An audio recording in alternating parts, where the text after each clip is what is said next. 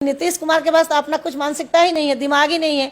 जब वह व्यक्ति अपसेट हो चुका है, बीमारी हालत में है, तो उस स्थिति में उनकी बातों का क्या लेना। लेकिन सरकार जो भी ब्यूरोक्रेट चला रहा हो, वह ब्यूरोक्रेट भी डर गया है।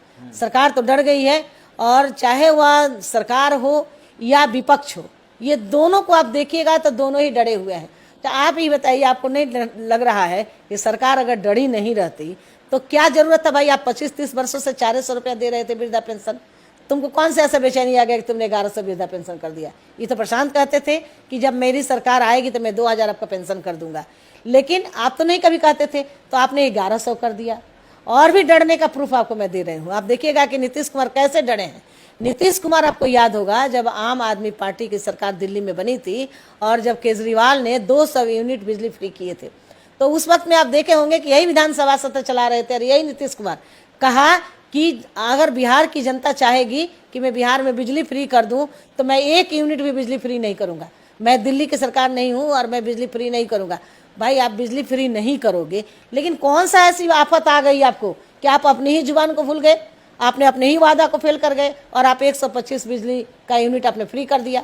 तो ये चीज़ें जो आप कर रहे हैं, जो प्रशांत जो आगे बोल रहे हैं, पीछे पीछे आप बोल रहे हैं, पीछे पीछे आप करने की कोशिश कर रहे हैं, तो आपको अगर देना ही था तो 2000 रुपया दे देते।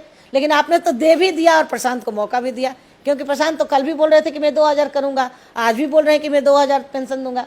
अरे एक घर में अगर बूढ़ा बूढ़ी 2 आदमी रह रहा हो, अगर 4000 रुपया उसको वृद्धा पेंशन अगर आ रहा है, तो क्या 2-4 परिवार का जीने का सहारा नहीं बन सकता है? एक बहुत अच्छा से जी जाएंगे लोग।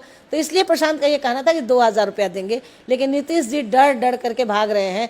और भी आपको एक मैं चीज़ दिखाऊंगी, आप लोग जाएंगे देखेंगे, दीवारों पर जो स्लोगन लिखा होता था, तो हमारे राजद के लोग ग्रीन रंग से लिखते थे, हमारा गेरुआ भगवा रंग होता था भाजपा का।